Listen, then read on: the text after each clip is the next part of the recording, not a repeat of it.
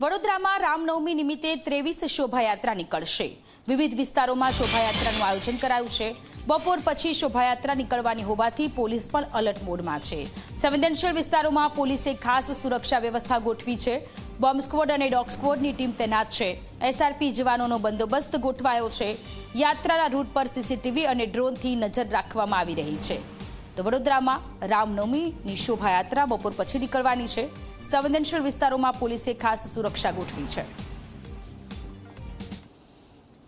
વડોદરા શહેરમાં રામનવમીની ધામધૂમથી ઉજવણી કરવામાં આવે છે। શહેરમાં આજે કુંભારવાડા સહિત 23 જેટલી જગ્યાઓ પર રામજીની શોભાયાત્રા નીકળવાની છે। ત્યારે G24 કલાકની ટીમ કુંભારવાડામાંથી નીકળતી જે રામજીની સવારી છે ત્યાં અમે આવી પહોંચ્યા છે કે જ્યાં તમે જોઈ શકો છો કે અહીંયાથી જ રામ ભગવાનની જે સવારી છે તે ધૂમધામથી નીકળે છે।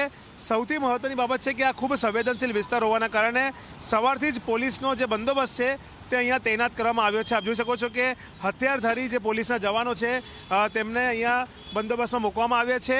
તે ઉપરાંત જો વાત કરવામાં આવે તો જે સંવેદનશીલ વિસ્તાર બિલકુલ સામેના સાઈડમાં આવેલું છે ત્યાં પતરા લગાવીને પોલીસે આ જે રસ્તો છે તે બંધ કર્યો છે।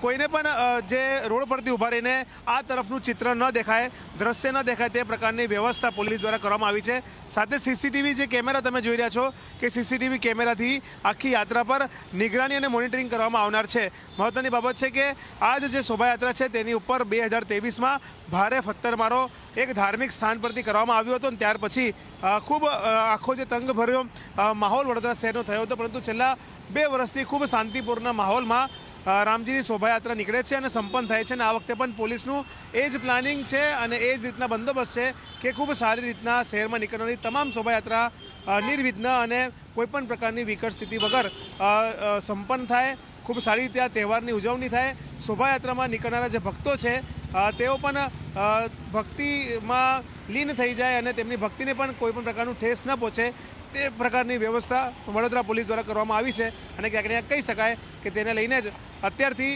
જે રૂટ છે તે રૂટો પર એસઆરપી, પોલીસ, આરએફ સહિતના અલગ અલગ જે ટુકડીઓ છે તેમના જવાનના બંદોબસ્ત ગોઠવી દેવામાં આવ્યો છે। સહયોગી જયંતિ સોલંકી સાથે રવિ અગ્રવાલ, ઝી મીડિયા, વડોદરા।